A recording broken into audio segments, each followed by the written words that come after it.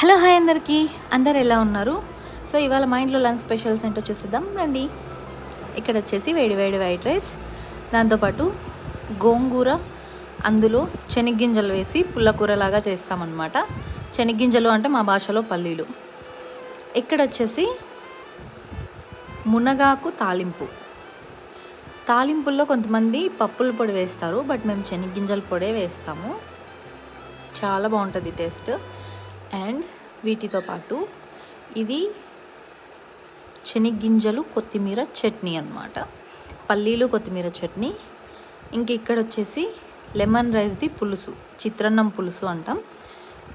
వాటితో పాటు పెరుగు, ఇంకా ఎర్రటి ఆవకాయ.